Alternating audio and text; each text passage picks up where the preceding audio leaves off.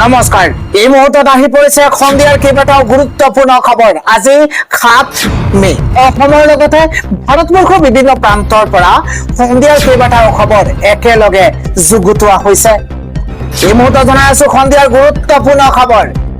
12 মেত ৰাজ্যত নতুন মন্ত্ৰীসভাৰ শপত গ্ৰহণ। কোন কোন থাকিব মন্ত্ৰীসভাত? বাবাৰে মত হিমন্ত বিশ্ব শৰ্মাৰ শপত গ্ৰহণ। 9 মেত এনডিএৰ সকলো জয়ী প্ৰাৰ্থী আহিব গুৱাহাটীলৈ। অসমলৈ আহিব দেশৰ প্ৰধানমন্ত্ৰী নৰেন্দ্ৰ মোদী। এটা ব্ৰেকিং নিউজৰ মুহূৰ্তত 9 মেত অসমত উপস্থিত হ'ব পৰ্যবেক্ষক জে.পি. নাড্ডা। লগতে ৰাজ্যত উপস্থিত হ'ব সহ পৰ্যবেক্ষক নায়ব সিং চৈনী।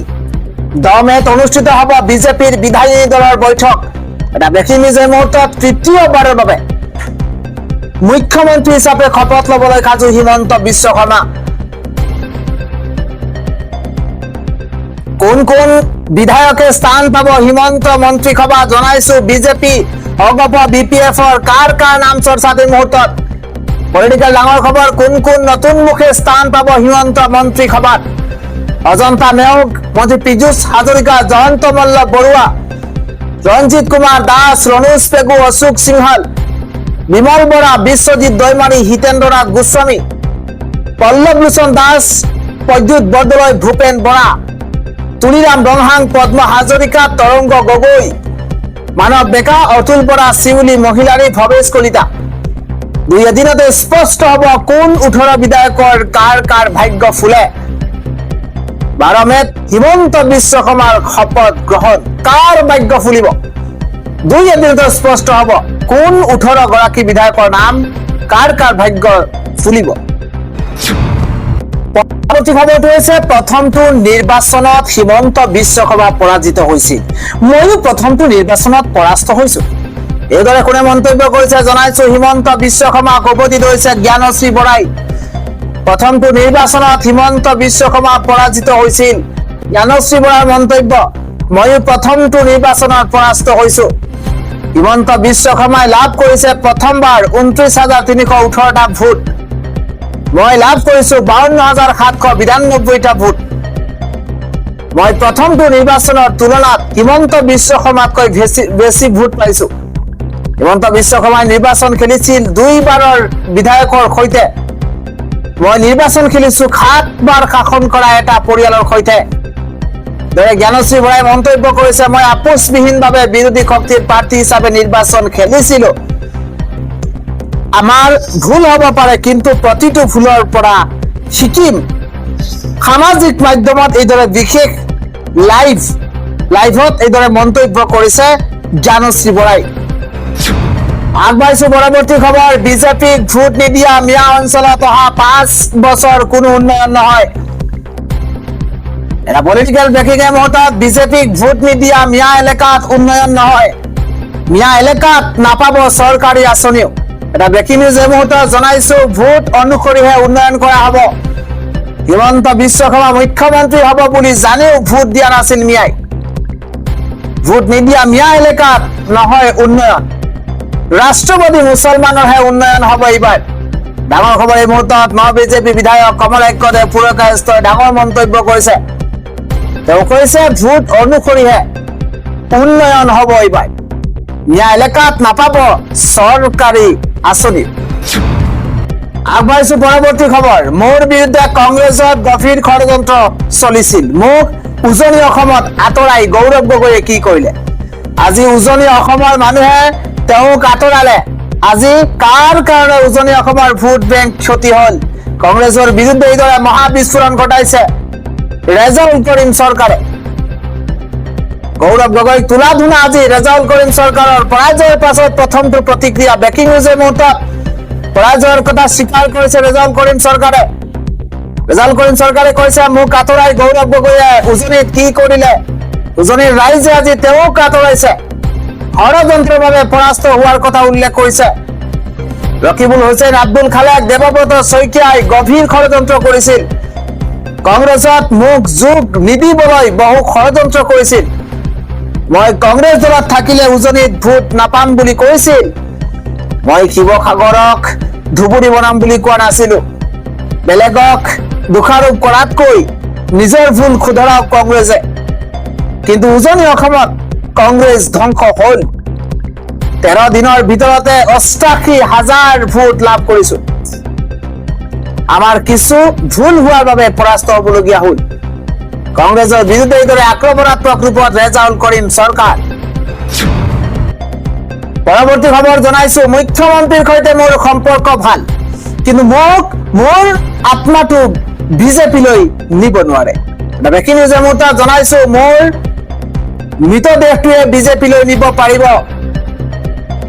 কোনে মন্তব্য কৰিছে এই মুহূৰ্তত জনাইছো, কিন্তু মোৰ আত্মাটো কংগ্ৰেছতে থাকিব। মন্তব্য কংগ্ৰেছৰ একমাত্ৰ হিন্দু বিধায়ক জয়প্ৰকাশ দাসৰ।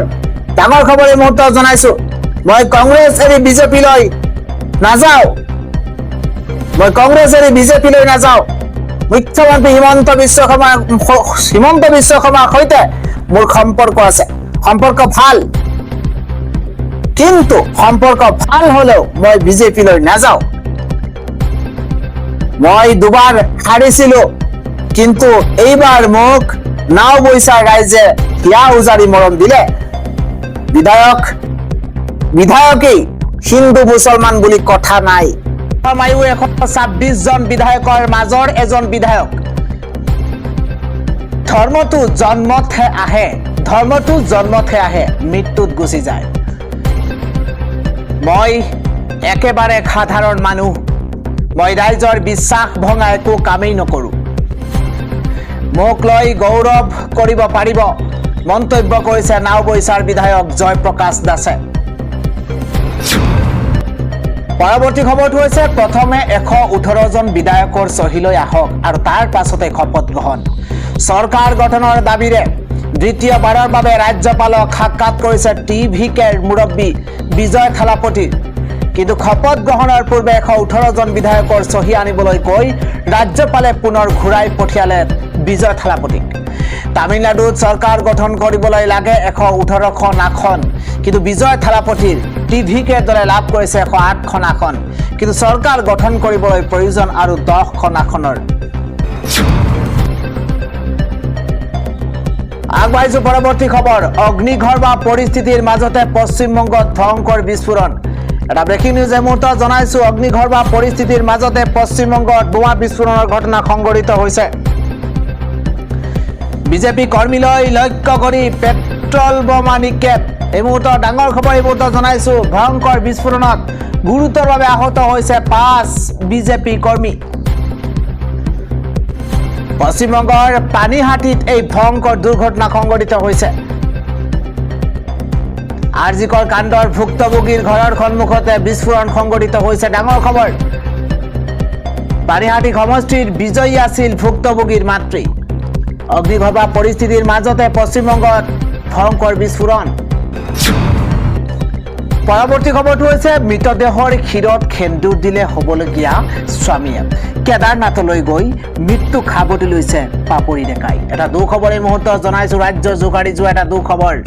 মৃতদেহৰ শিৰত সেন্দুৰ দিছে হ'বলগীয়া স্বামীয়ে। কেদাৰনাথলৈ গৈ মৃত্যু হৈছে পাপৰি ডেকাৰ। এইগৰাকী পাপৰি ডেকাৰ কেদাৰনাথলৈ গৈ মৃত্যু হৈছে। কেদাৰনাথ দৰ্শন কৰিবলৈ গৈ অকাল মৃত্যু সাবটি ল'বলগীয়া হৈছে। এটা দুখবৰ এই মুহূৰ্তত, শ্বাস প্ৰশ্বাসজনিত কাৰণত কৰুণ মৃত্যু হৈছে। শ্বাস প্ৰশ্বাসজনিত কাৰণত কৰুণ মৃত্যু হৈছে। এই মুহূৰ্তত ডাঙৰ খবৰ, যোৱা 4 মে'ত সংঘটিত হৈছিল এই শোকাবহ ঘটনাটো। তীৰ্থ ভ্ৰমণৰ বাবে কেদাৰনাথলৈ গৈছিল বন্ধু বান্ধৱীৰ লগত, কিন্তু তাতে অসুস্থ হৈ পৰে পাপৰি ডেকা। অহা ডিচেম্বৰত বিয়া আছিল পাপৰি ডেকাৰ।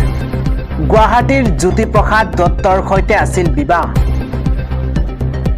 আৰু কিন্তু বিবাহৰ পূৰ্বেই অকাল মৃত্যুক আঁকোৱালি ল'ব লগা হৈছে পাপৰি ডেকাই।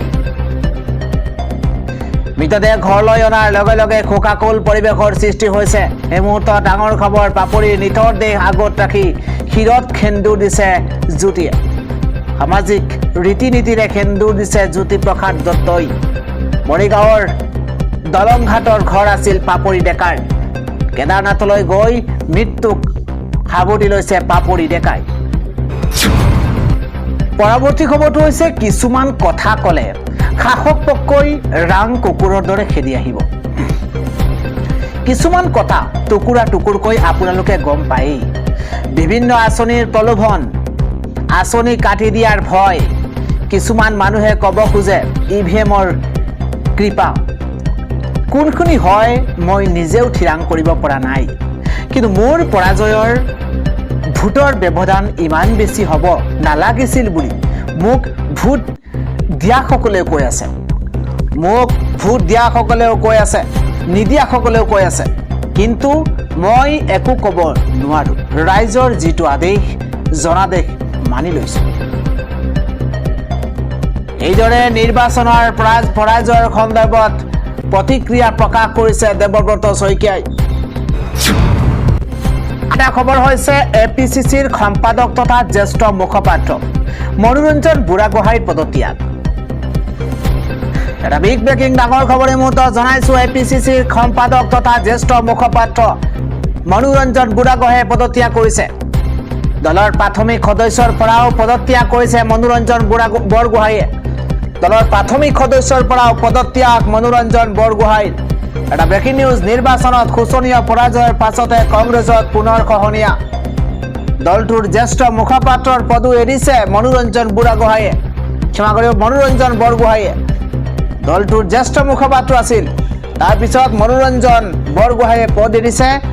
গৌৰৱ গগৈৰ কাম কাজত তীব্ৰ অসন্তুষ্টি প্ৰকাশ কৰি কংগ্ৰেছ ত্যাগ কৰিছে। 33 বছৰ ধৰি কংগ্ৰেছত আছিল মনোৰঞ্জন বৰগোহাঁই। তেওঁ কৈছে গৌৰৱ গগৈ মই মতাৰিত অতিষ্ঠ হৈছোঁ, ক্ষুণ্ণ হৈছোঁ। দলটো বৰ্তমান পাগলামী বানৰামীলৈ পৰিণত হৈছে। তৰুণ গগৈ ছাৰ নোহোৱা হোৱাৰ পৰা কংগ্ৰেছ অনুশাসনহীন হৈ পৰিছে। দলীয় নেতা কৰ্মীৰ অসুখ হ'লে, আত্মীয়ৰ মৃত্যু হ'লেও এটা খবৰ নলয় গৌৰৱে। সাংসদ হোৱাৰ পিছত কোনো এজন পৌৰপতি জিলা আয়ুক্তৰ লগত কোনো বৈঠক নকৰিলে।